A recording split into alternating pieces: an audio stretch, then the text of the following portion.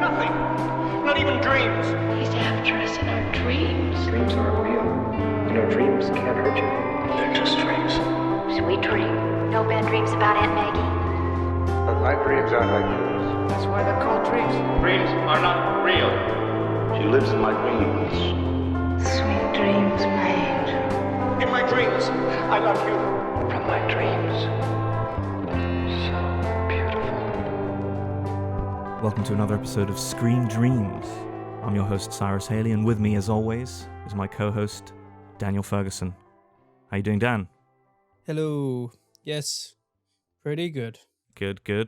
Today, the film we are talking about, is Agnès Varda's 1985 film Vagabond, or as it's known by its French title, which I think is a much better title, Sans toit ni loi, which means without a roof and without laws.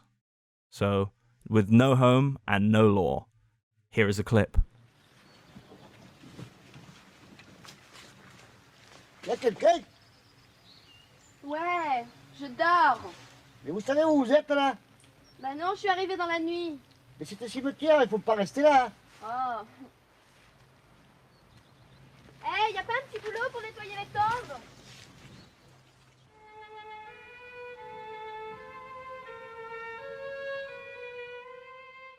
And we're back. Dan, this was your choice, so I'll let you lead the show on this. Obviously, neither of us had seen this one, No. So it was a first viewing for both of us. How did it go for you? I thought I was really impressed, actually. I thought it was a really interesting film. Pretty simple on the surface, but I think as it went along, it touched on a lot of really interesting things. Saying it touched on some things is quite a good way to put it, because it reminded me a little bit of Into the Wild. Have you seen that? Maybe I did watch that years ago. Can't say I remember it too well though. Is it with the animal people? No, that's where the wild things are. Into the Wild. Is it the one where Nick Cage is doing an Elvis? No, that's Wild at Heart. Into the Wild is is about the guy who goes, Into the Wild. Yeah, Christopher McCandless. Yeah, that's exactly. right. Yeah, Sean Penn directed it, didn't he? Indeed, that's the one. Yeah. Well, I read. I wasn't much of a fan of that because of the book was so good. Right, I'd never read the book. By John Krakauer is really, really nicely done. So I thought the film was didn't quite have the same magic as the book. Fair enough, but I'm not huge on the film. There are bits of it that I do quite like, but this kind of that kind of gave me that the structure of it, the way it's like she's touched all of these people in their lives in a certain way along the way, and there's a kind of they're recounting meeting her almost like a documentary, and starting with her death being quite a good choice, especially when the second half comes around, because she dies in a ditch, and it's just slowly and it's like that slowly that's where it's going, and that becomes more and more of a bummer actually as it goes. But yeah, she touches all of these little people's lives, and affects them in kind of an interesting way. Is that kind of what you meant? Sort of. Yeah, that's one of the things that I did point out, that when she does have interactions with people, it causes them to reflect on their own lives. Yeah. Which is interesting in itself, but what's also interesting is how the film shows that, and I thought that was really nicely done. So yeah, few of sort of the techniques of the French New Wave sort of brought in, sort of breaking the fourth wall. Yeah, things like that. I liked that a lot. I thought that gave it.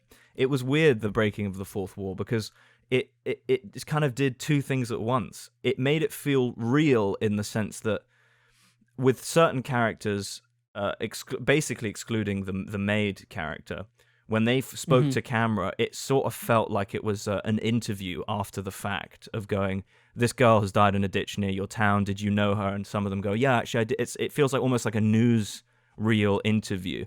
Yeah. Whereas with the maid, it feels a lot more French New Wave. Yeah, it did.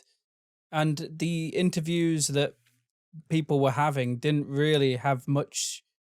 They didn't make any sense really in terms of like real world sense. It felt more like the film sort of slipped into dream logic Yeah. when it wanted to. Yeah. So that was interesting. Yeah, I think her the character was really interesting to follow, because you're really seeing the world through her eyes, her perspective. And it challenged a lot of people who she came across. It caused them to look at their own life and in all sorts of different ways. And I thought that was the real driving force behind the film in many ways. And it brings up, and because they have all sorts of questions, don't they? Variety of different questions, like whether their relationships in their own life are genuine, whether they would want that sort of freedom. Some people had thought about her in a much more quite negative way. I mean, her situation, even though she didn't carry herself as a vulnerable person, I mean, she was vulnerable in many respects, like sleeping outdoors, sleeping in a tent. And there was that sort of male hypocrisy that was coming up quite a few, a few times. It was like the male's characters who would take advantage of her and her situation. Yeah. So, but then also she did stick around with that dirty hippie guy, because he had pot. So, and then he has that little sort of moment to himself on the train, going, she was super nice when I still had the weed, but now when I run out, she bounced. So there it's not completely one-sided. There is a little bit of like she's also using people too. That's true. Yeah, not all the male characters were totally despicable, but I'd say the majority of them were. I'd say that's fair. And she was quite the opportunist in terms of when the going was good. That's when she kind of felt like, I think, a situation was good. She was sort of hanging around, and then she was pretty quick to bounce when it started to sort of not seem so appealing. So there was that kind of side to her, but her motivations were left quite mysterious for the entire film. I thought that was a really good touch. Yeah, you don't know how much she's lying about her family or about anything. You don't know. You don't know anything. Yeah, she seems to really enjoy her own company. She seems to live life on her own terms. Seems to be like her number one priority, and she's like fully determined to do that. Which I think everyone would agree that's quite an admirable quality. Yeah. So you do kind of have that sort of respect for the character. Well, there's an element. I mean, obviously, this film is kind of basically, to put it really basically, loneliness versus freedom. And I thought of that Chris Christopherson line. Freedom's just another word for nothing left to lose.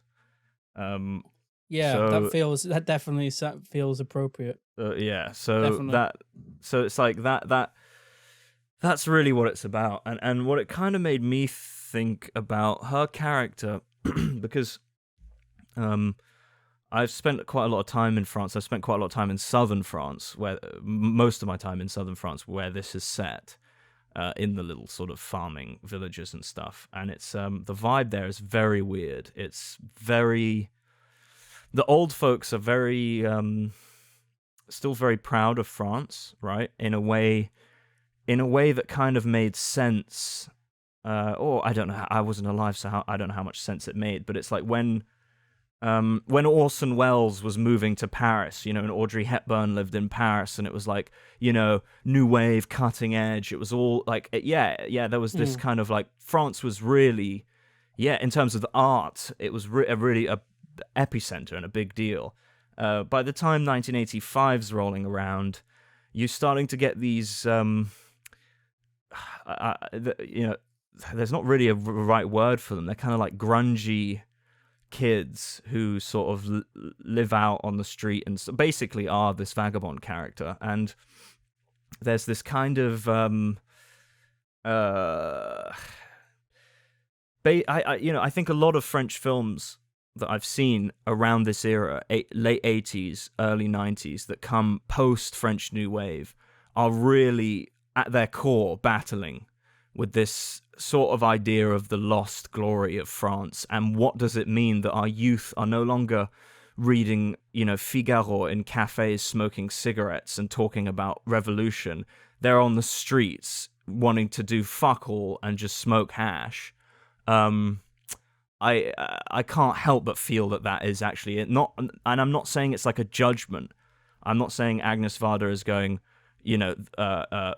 Mona is scum or whatever. I think she's just examining it and thinking about that. Because I'm aware of the southern French sense of sort of lost glory of the old days, I sort of feel that a little bit with her character representing this sort of new wave, new generation of kids who don't feel la gloire, as it's called, the glory, la gloire de France, the glory of France. Okay, wow. Well, that's quite a reading, to be honest, because I felt like, I don't know. Yeah, okay. Well, I think location is very, very interesting. I think it almost feels like she is the vehicle to explore the towns, the landscape. Yeah, totally. And it's like provincial France.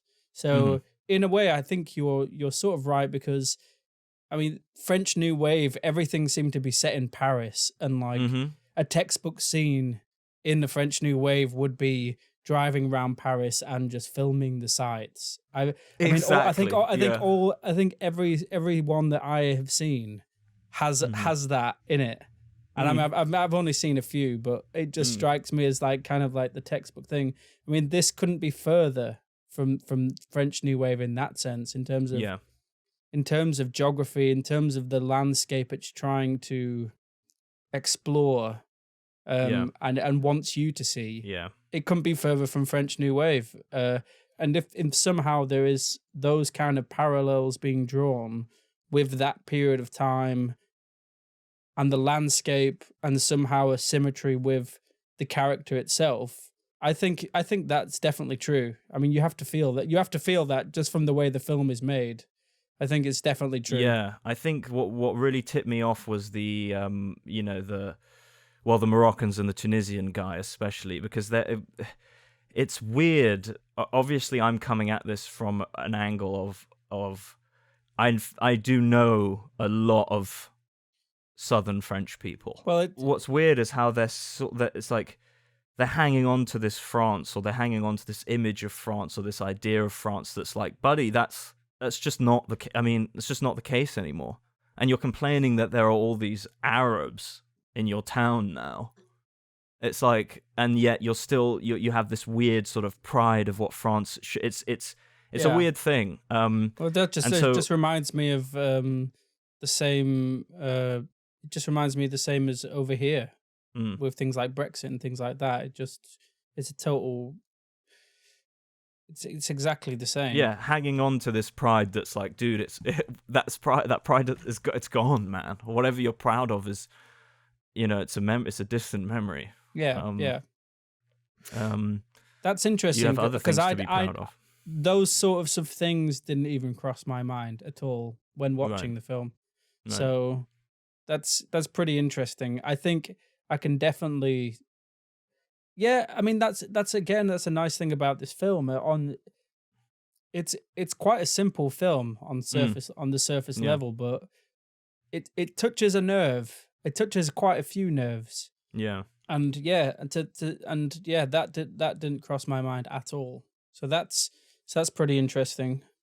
I can't help but feel like there has to be that kind of tension with the French New Wave and what it represented, because this is way afterwards. But obviously, you should have you seen Faces Places? Yeah, I did. I watched that. Yeah. Yeah. So you know the ending of that where Agnès Varda Goddard just dicks. I mean, honestly. Yeah. I'm gonna say this on Screen Dreams. I'm not ashamed of it. Fuck Jean-Luc Godard. He's a fucking hack. He's a fraud. He's a hack fraud. I like certain new wave films. Like I can watch Alphaville any day. Okay, Yeah. I think I like certain elements of Pierrot Le Fou. Well, I watched Breathless, which is supposed to be like the one that kicked it all off. Yeah. 1960. Okay. Yeah, sure. Yeah, it's okay. He's using some. If the techniques he's using at the time were completely rogue, and he's just sort of gone off and done that, then fair credit. You know, he was a bit of a maverick in those days. As a film, I didn't love it. I really didn't. There was some good parts to it. Yeah, there are good parts. Obviously, there are good parts. Obviously, yeah. But it's a very unpopular opinion that if you say. Breathless isn't good, but it's like, look, man, I actually really like a lot of Truffaut films, a lot more than I like Godard films. I think Truffaut's got a bit of the right tone for me. Like, it's a little bit less snarky and self-righteous, and it's like, anyway, all of this is to say, I think Agnès Varda her films are actually really the best. They hit me. They hit me in a place that I think all of these other fucking pretentious men from Paris were making, like, don't even come close to having a I don't know if you've seen Cleo. Cleo from 5 to 7. I haven't seen it yet, but it's supposed to be like great. her classic, isn't it? Yeah, but it is to be fair. It is shots of Paris. That is a lot of it. It's black and white shots of walking around Paris, but it's fine. Yeah. It's still good. It's still much better than a lot of these supposed French New Wave masterpieces. But I love the 400 Blows. 400 Blows was glorious. Top I agree. Class. I agree with that, man. The stealing of the typewriter. Top class. I agree. And I need to explore Agnès Varda's work more. I mean, part of my choosing this film was, to have an excuse to do that, because what the few that I had seen, I was really impressed. And but you were saying about the Faces Places film, because I did enjoy that. That definitely echoes an interest in provincial France. It echoes this film in that sense, doesn't it? And I think that's what makes her good, is that she doesn't have this delusions of grandeur that I think someone like Godard unquestionably had. She doesn't. I don't think she has that kind of elitist city person thing. This might not make it into the pod, but I just want to tell that story. Do you remember at the spiritual bar? I was talking to some guy, and you were saying, oh yeah, well, Cyrus will probably come up north at some point. He loves Northerners, right? And we're all having a laugh. It was outside, we were having a smoke or whatever. And some guy goes, "What, you love Northerners?" And looks me in the eye like I've called him a fucking cunt. He goes, "What, you love Northerners, do you?" And I went, "Well, I mean, what the fuck is this, buddy?" And I said, I was like, "Well, I mean, I know Dan, I know a couple. Dan's all right, And he was like, pff. And I actually quite proudly quoted my favorite line from the Ballad of Buster Scruggs, which is, "Clearly you're as good a judge of human beings as you are a specimen of one." And I actually said that that evening and felt really good about it, because it was like, to a drunk guy hearing a Buster Scruggs line, clearly you're as good a judge of human beings, you're a specimen one, come out of someone's, he was just like not ready, blindsided by that. But yeah, anyway, back to the show. But yeah, so I've heard, even just out and about, late nights in London, weird kind of anti-rural people sentiments from young folks. Well, I think people are considered to be a bit backwards. They're not as I think people go to the big city to get away from that kind of humdrum sort of thing. So I don't know. Maybe they've kind of got something has something to do with that as well, where they don't really want to be associated with those kind of that kind of existence. But yeah, I totally feel where you're at. I totally do. So I think basically what I'm saying is, I think Agnes was a bit more sensitive to that, to maybe being a little bit of a Parisian elitist, and was kind of like, made an actual effort not to be that. Yeah, and I think actually the film does capture a lot of beauty in those scenes, in that landscape. Yeah, it's kind of a strange, harsh beauty. If you see what I mean, it's not picturesque beauty. It's more kind of harsh, but that kind of it makes it kind of seem a little bit poetic as well. But I guess that's, again, you're reverting back to the perspective of the character, and you're looking at the world through her eyes, pretty much. And this is the world that she's navigating. And that it does really it really gives the film a really strange but quite unique atmosphere. I mean, this motif of the old houses and the chateaus just popping up again and again, as a visual motif, in terms of a kind of symbolic vehicle that you could add a lot of things to it. I think just how they look is very important, just on that level alone. There is a line that she says something like, so many rooms. Do you remember the one? And then it's cutting to like all these houses that are like boarded up.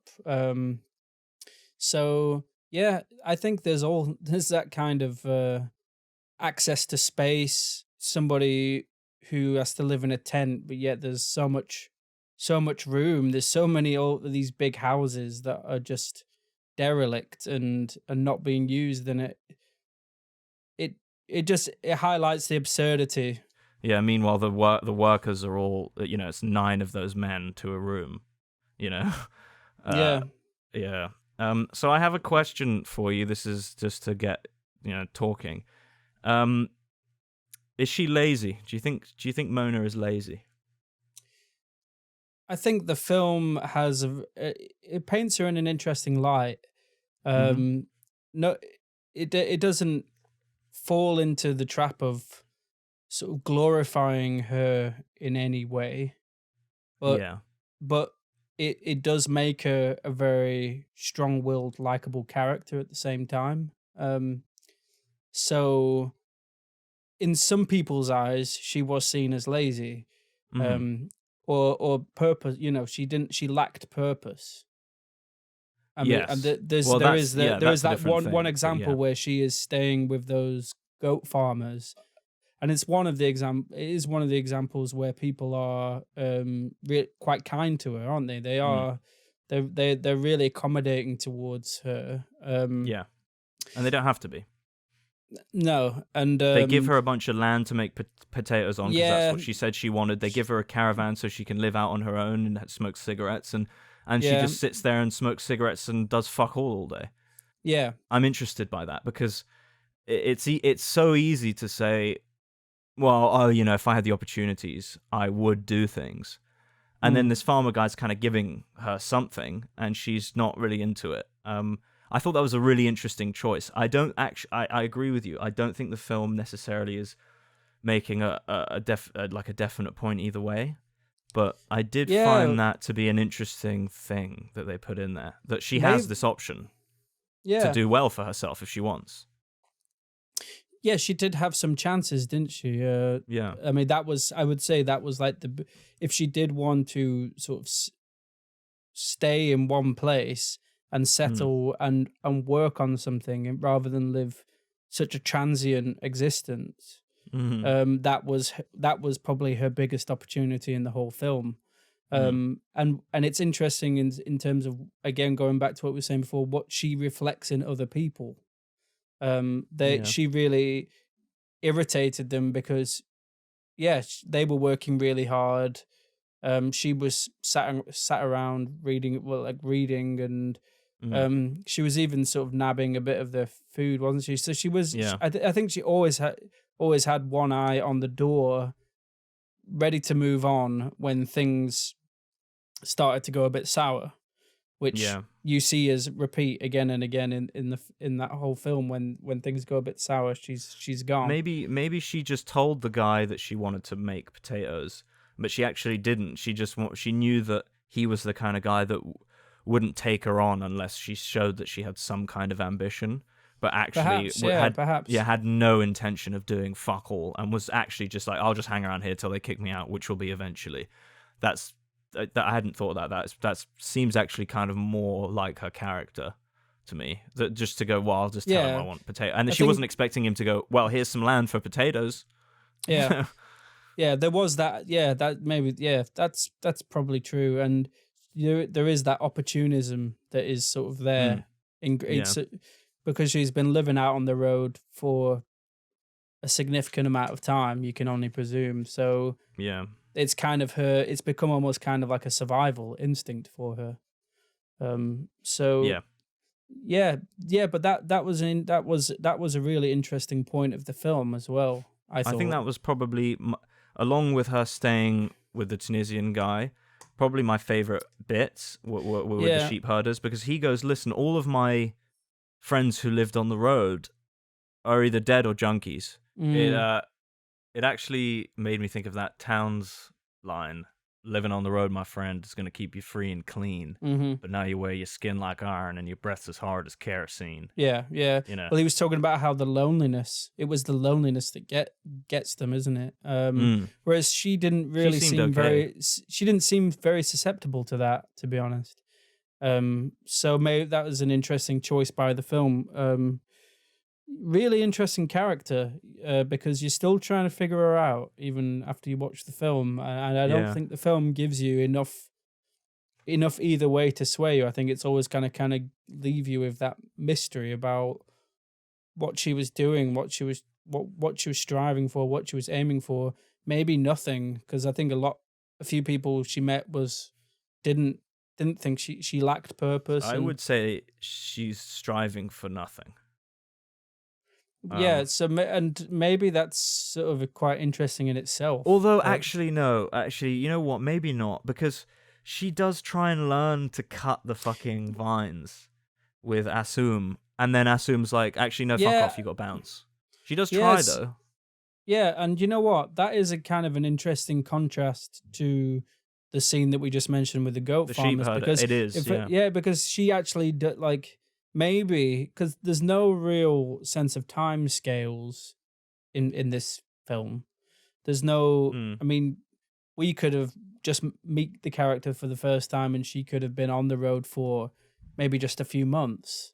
So maybe she's not as well seasoned in this kind of lifestyle as. Yeah, we don't know. Maybe, perhaps. So maybe, and there's nothing to indicate the time frame between one of these incidents and another incident as well. So maybe that is kind of something that happens in her character, where she is sort of getting tired and she does feel like she needs sort of a sanctuary in some way.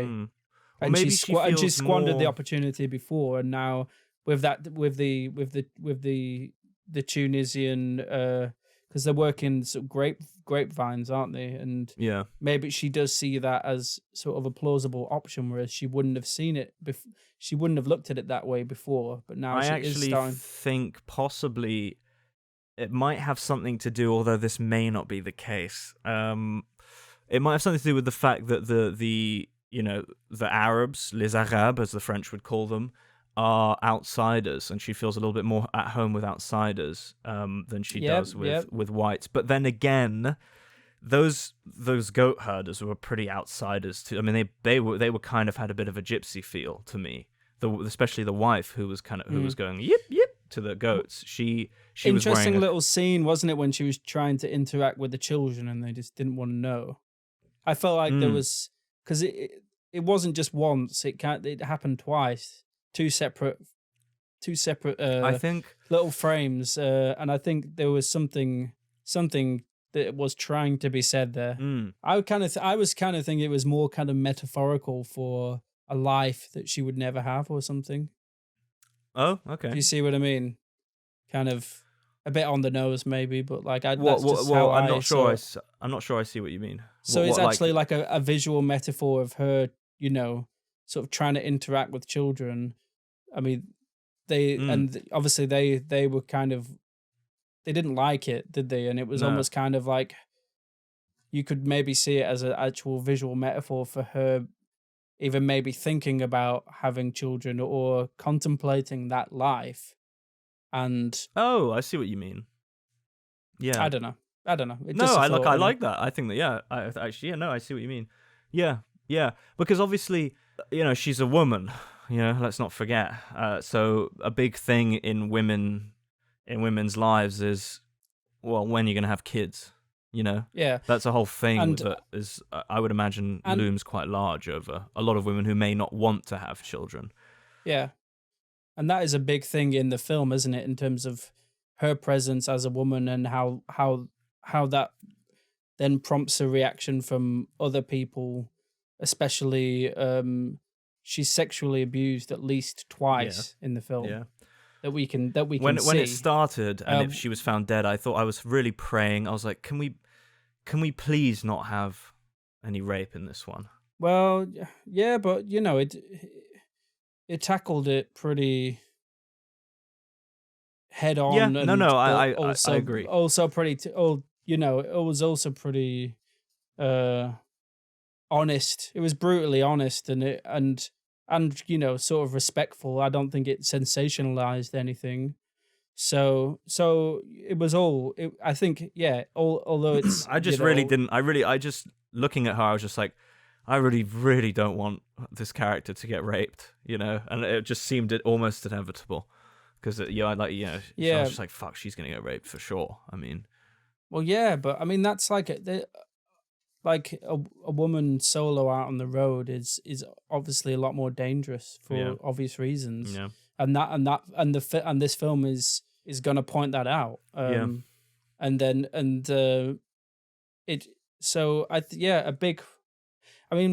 would say like 90% of the male characters in this film are basically trying to take advantage of her in some way or another. Yeah. So yeah, I mean that's kind of a refreshing perspective from a female filmmaker such as Agnès Varda. Refreshing to get her sort of blunt and honest perspective. Yeah. So yeah, and that was quite an important part of the film, I think. You're right. Yeah. Those kinds of statements. Yeah. Definitely was a big thing. So yeah, and it's obviously quite tragic. But that kind of made her character more fascinating, because even she I don't know, she was quite a very courageous character in a lot of respects. She seemed to I mean, for lack of a better term, take it on the chin, like as well as one could take being raped in the woods on the chin. Like, it's weird. Like, in the next scene, she's smiling about some bread. Well, you do see her sort of have her low moments as well. So maybe that is the time where she is sort of True. perhaps reflecting Yeah. on things a bit. I'm not sure. Mm. And as far as that actual scene, I said it's not sensationalized, but you don't really see. I mean, that one in that particular scene in the Yeah. woods is horrible. Horrific, yeah. But he kind of like grabs her and then but you never know. I mean, you kind of can only really assume that what happens afterwards, but it doesn't go into any sort of graphic details. So perhaps maybe she even got away or something, you know. So Yeah. but you're kind of left to really kind of sit, you know, it just sits with you. Yeah. Yeah. But yeah, but there's a lot more to this film than that as well. I mean, that obviously plays its part, but there is a lot of different dilemmas that you know, it when a character is in that kind of in a vulnerable position, if you like, it does kind of tends to bring out either the best or the worst in people. So you kind of basically see both sides of people. You see the good side in people, like the people who sort of extend themselves. I mean, you know, you get indifferent. She's treated pretty indifferently as well. That's true, yeah. But then you get then you see the worst in people as well. It's similar case to sort of David, the Elephant Man, David Lynch, isn't it? Yeah. He's a character that only sees either the best or the worst in people because of who they are. Yeah. So the maid character who talks at the camera more than any of the other characters, I would say, seems to be kind of you know, the key to all of this. In some way, or at least just she's kind of interesting. Because it's her boyfriend who, you know, with that disgusting mullet, who robs the house. Also, I loved that he was wearing a Rolling Stones t-shirt. Absolutely love that. You know, the biggest asshole in the film is wearing a Rolling Stones t-shirt. I think I'm going to do that. If I ever get to make a film and I have a real despicable piece of shit, I'll either put him in a Neil Young shirt or a Rolling Stones shirt. Neil Young, no, let's not go there. Let's not go there. But anyway, the maid, what did you make of that character and her talking to us so candidly about her and like you said, with a little bit sort of dreamy quality to it, a screen dreamy quality. Yeah, she was sort of the only character to.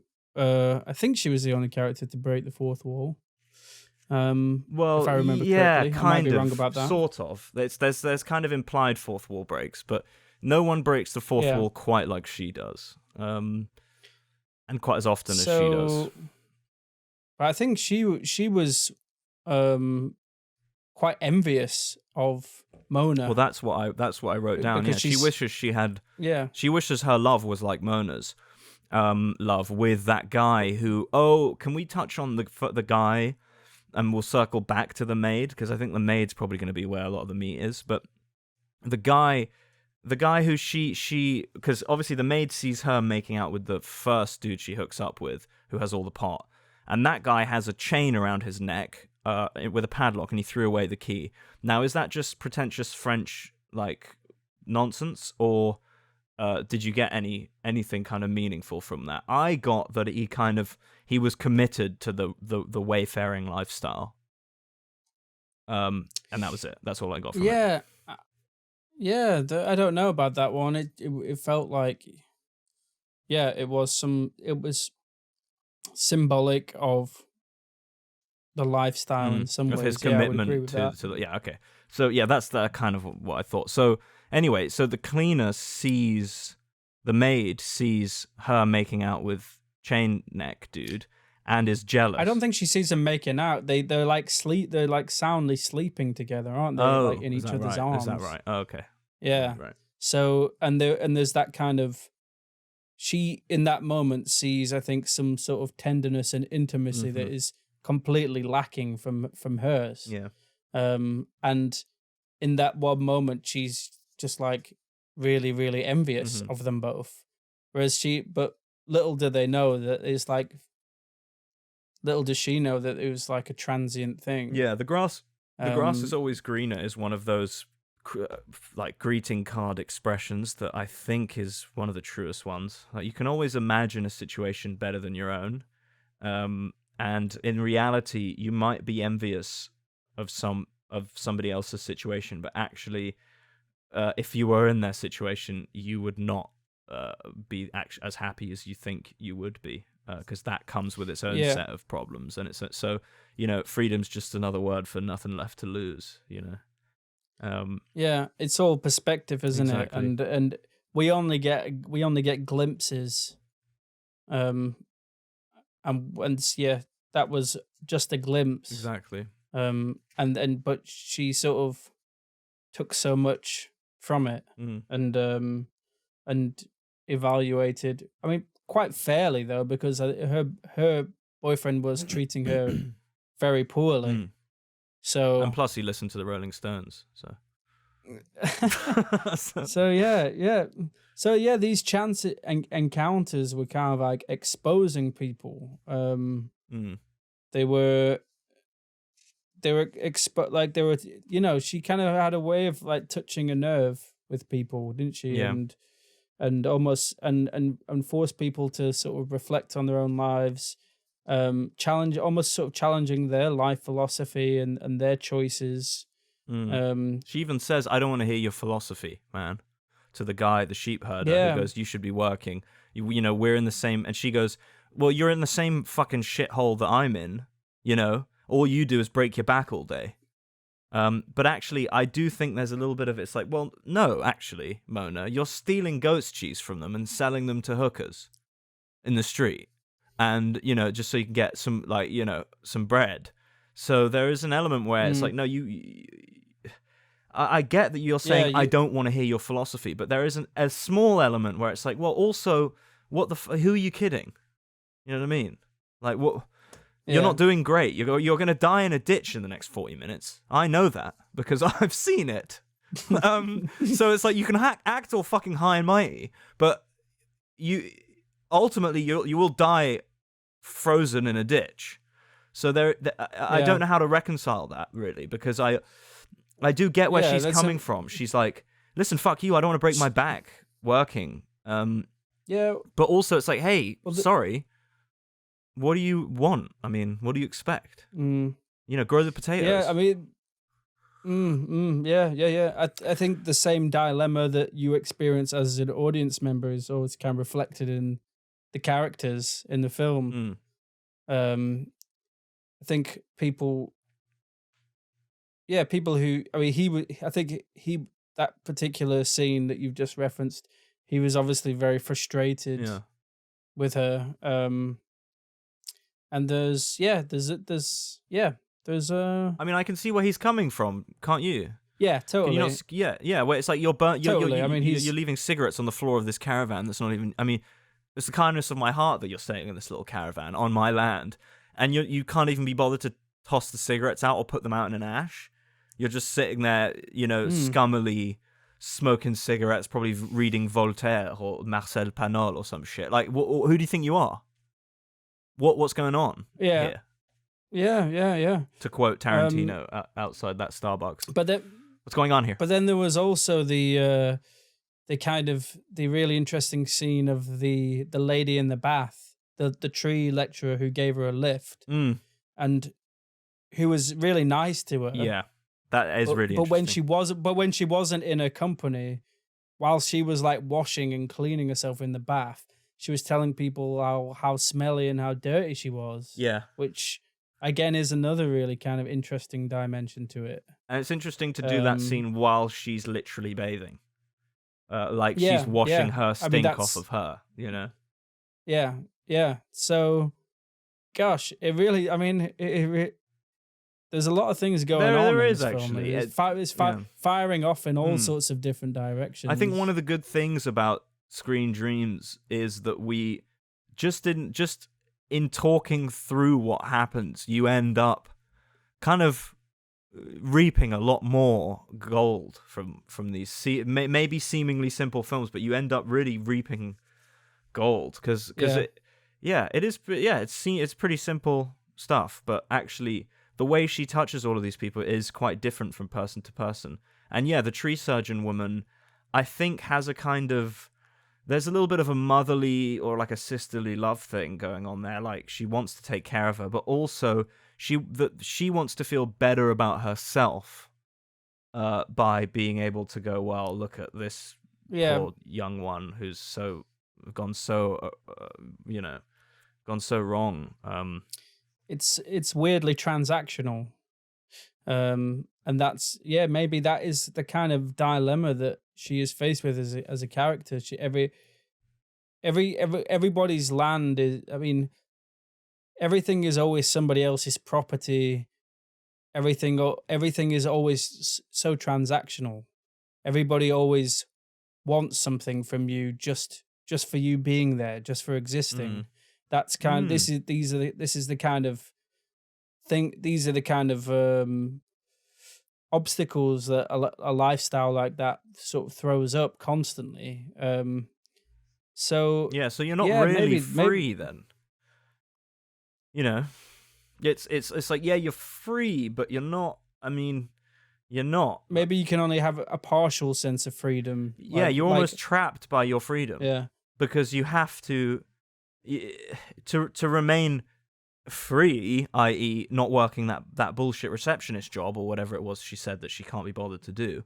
Which I don't know is true or not. I mean, that's, you think she maybe made up all of that, like her qualifications and stuff. Well, I think there's enough doubt. Yeah, you're right. In terms of her character and how she behaves generally, for you to not, she's not going to actually disclose anything or be honest with people who she just meets. So that is true. And that's the only account you get from her is through these sort of encounters. So I don't think, it's interesting because she even admits that she lies to people. And then she says, "But I'm not lying now." And it's like, well, yeah, you probably are. You probably are, or you might not be. Yeah. But that's kind of the thing. You can decide yourself, can't you? It's like a judgment call that you can make about her as a character, and it that's, I think, makes it really compelling, cohesive film, because I think, you're always quite eager to learn more about her. That's in essence. Yeah. So also, I mean, after she's kicked out of the workers section, by all the guys, and it's actually quite a while after, but she gets another offer from that scummy dude who's trying to get her to go and shoot porn, in Toulouse, it's like, you can come with me, babe, and we'll make you some dough. And then the way he talks about her so horrifically on the phone to his mate after she's gone, so that it's like it's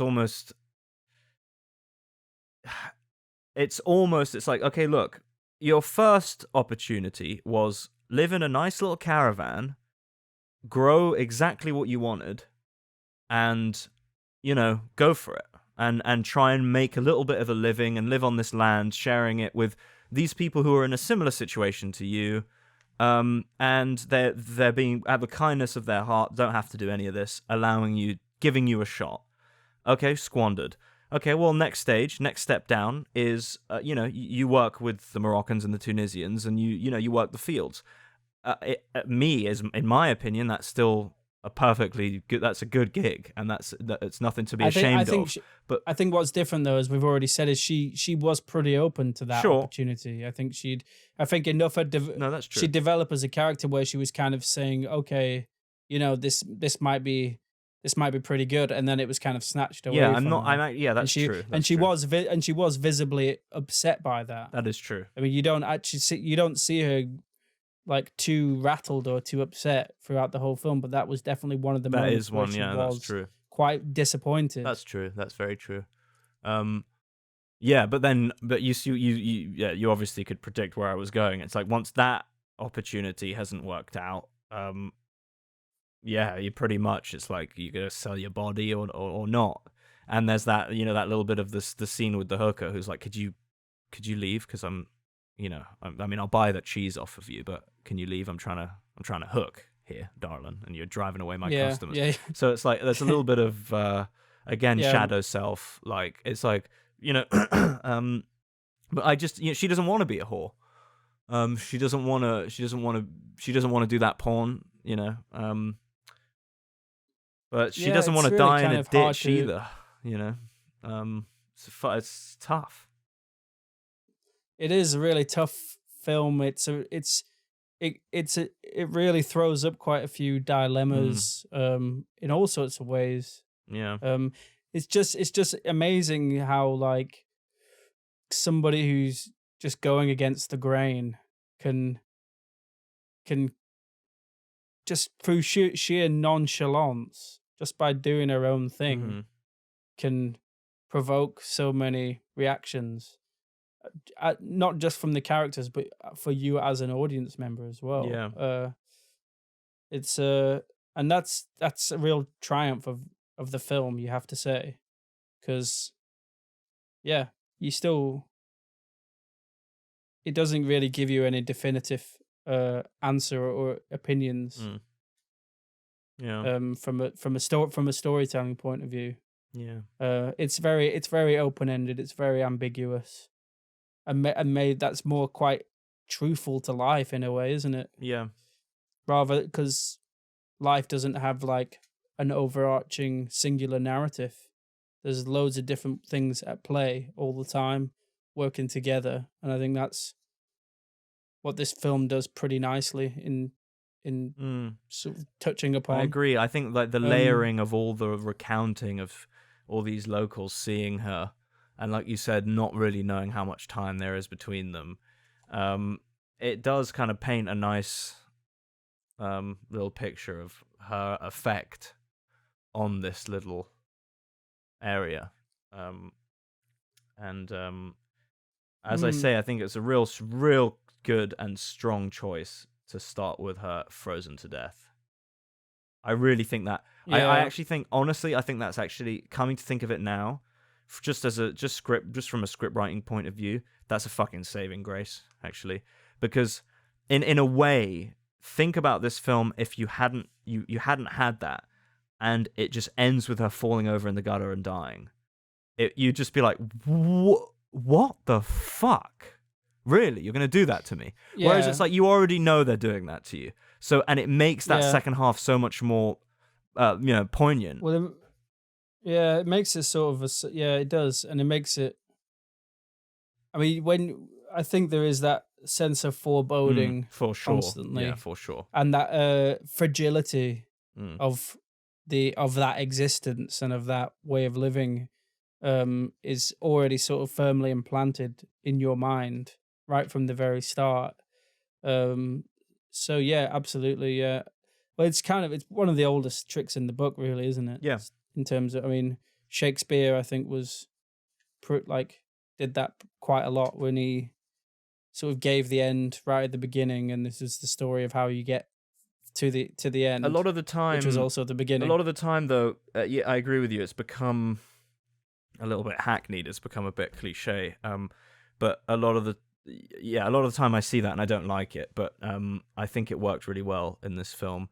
Just like like we said with the newsreel at the beginning of RoboCop. A lot of the time when a film opens with newsreel, it can really put you off. But with RoboCop, it's such strange newsreel that you're like, oh, interesting. I'm up for this.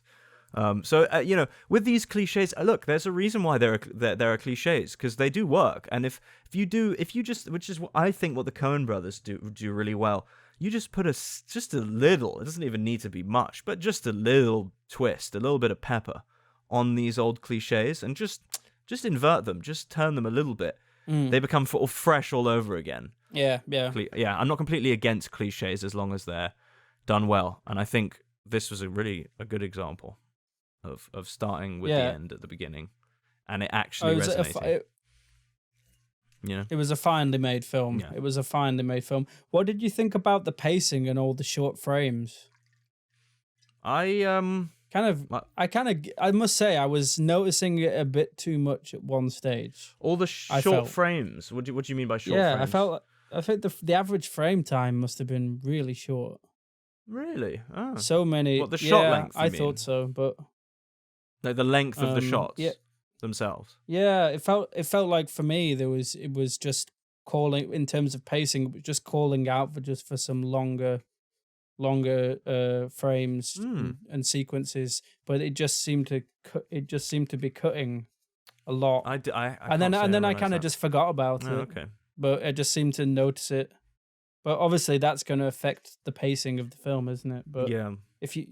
just something maybe that I noticed. I can't say I picked up on rapid pacing, although I have been watching a lot of Matt Johnson, like I said before we started recording, a lot of Matt Johnson films, and there's insanely fast paced.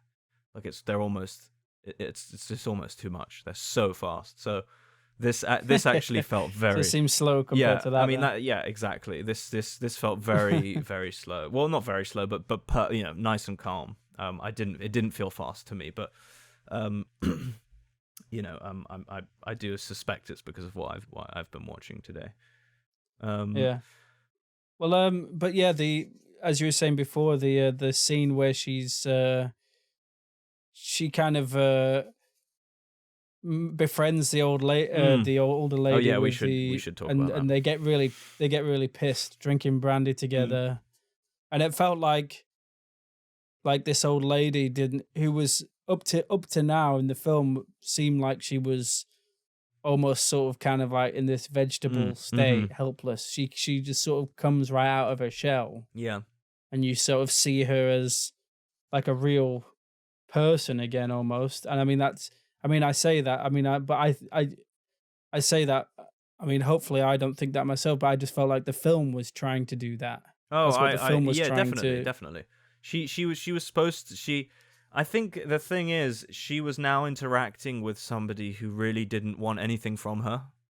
Like, or you know what I mean? It's like all that Mona wanted was maybe a bit of that brandy. You know what I mean? But it's like she's not after the house. She's not after a job from her. She isn't really in a and so it's like, I think she's surrounded by her vulture family members, and so it's just a little bit of like. And she even says, yeah, listen, I know my nephew's just, every time he says, oh, you're looking well today, he's after my fucking house. But little does he know, and that they cheers. So I think I was really charming. And it was really nice. It all kind of happens like after that as well, doesn't it? It all kind of escalates really quickly. And she almost does get instantly. sent to her home and everything. almost instantaneously. Because she sort of stops playing that role in that moment, doesn't she? Yeah, exactly. And it kind of obviously like really disturbs everybody. Yeah, it's true. So yeah, the things that she's able to bring out in other people is another constant theme. Yeah. In the film, and that was a particularly good one. Good one, yeah. That was a great one. Especially how like ornate her house was, with make sure you wash the glasses and how everything was all kind of in order and just like living in this sort of museum of the self, which was kind of the way that lady was her house. You've done it again, mate. There's the episode title, Museum of the Self. but then when you compare it to sort of her everyday world. I was even that scene where there was houses that weren't even constructed yet. There was some nice colors going on with the color palette there. When the construction site where she just sort of sits down by the fire. Yeah. And like sheds a tear. So yeah, it's just that was just another really interesting way, along with all the chateaus, abandoned chateaus and everything, all this idea of space and how we interact with space and how different people interact with different spaces was going on quite a lot as well. Yeah. That's true. It's it was Really good film. yeah, it Really was good film. it was a very good film. Yeah, it was fun. I mean, it's I have to say it's not this type of film, which is like there is a little bit of sort of like we were saying dream logic, but there is this kind of cinéma vérité thing to it as well. Tends to not be, bleak film. What's that film? Have you seen a film called Ratcatcher? Ratcatcher? No, haven't. Anyway, it's a really great film. I'm not gonna, Ratcatcher's fantastic, but it is quite bleak, and it's like very grey and real to life. And I tend to not, I like the films, but it's not my frequency. It's not what I would choose to watch all the time, or even choose to make. It's not.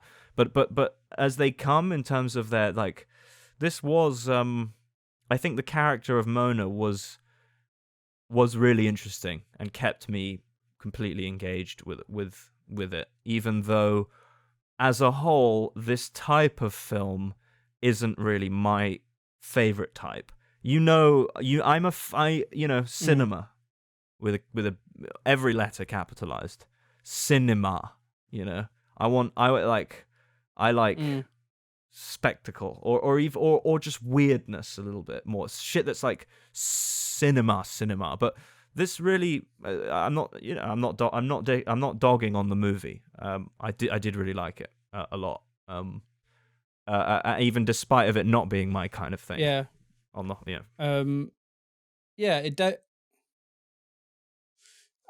think I know we touched on it when we sort of more towards the beginning, but it is interesting how this film has grown out of the French New Wave and how it's sort of kept some of the elements and almost sort of Critiqued totally some others, critique some definitely, and then totally flipped other ones, like completely flipped it. Yep, I'm with you. Well, it was good. Yeah, you got anything else you wanted to mention? No, I think we kind of I think I had a good little chat there. Brilliant. Thanks for joining me, Dan. Pleasure. Thank you. And we'll be back next week talking about Alfred Hitchcock's 1958 mystery thriller, Vertigo. See you then.